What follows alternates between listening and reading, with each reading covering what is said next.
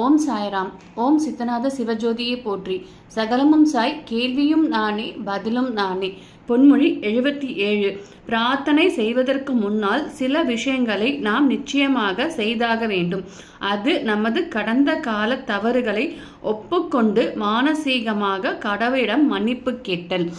நம்ம எப்போதுமே நம்ம ஒரு தப்பு செய்கிறோம். இன்றைக்கி நம்ம ஏதோ ஒரு தெரிஞ்சோ தெரியாமலோ ஏதோ ஒரு தப்பு செய்கிறோம் அப்படின்னா, கண்டிப்பாக இன்றைக்கி நைட் நம்ம படுக்கிறதுக்கு முன்னாடி நம்ம இன்னைக்கு தெரியாமல் இந்த ஒரு தப்பை செஞ்சுட்டேன், என்னை மன்னிச்சிடுங்க அப்படின்னு சொல்லி சாஷ்டாங்கமாக நம்ம பாபா கிட்ட மன்னிப்பு கேட்டோம் அப்படின்னா நம்மளுக்கு கண்டிப்பாக அது நமக்கு மன்னிப்பு உண்டு.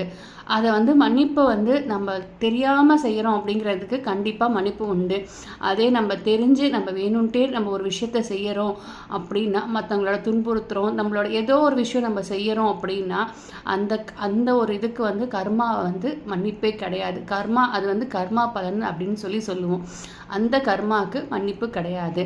அதே மாதிரி நம்ம தெரியாமல் ஏதோ ஒரு விஷயத்தில் நம்ம மற்றவங்களை ஹர்ட் பண்ணுறோம், இல்லை ஏதோ ஒரு தப்பு செய்கிறோம், ஏதோ ஒன்று பண்ணுறோம் அப்படின்னா கண்டிப்பாக அது ஏதோ ஒரு பொய் சொல்கிறோம், ஏதோ ஒன்று பண்ணுறோம் அப்படின்னா கண்டிப்பாக அதுக்கான மன்னிப்பு உண்டு. நாளைக்கு வேறு ஒரு அழகான பொன்மொழி மூலிமா சந்திக்கலாம். நன்றி, வணக்கம். ஓம் சாய்ராம். ஓம் சித்தநாத சிவஜோதியை போற்றி.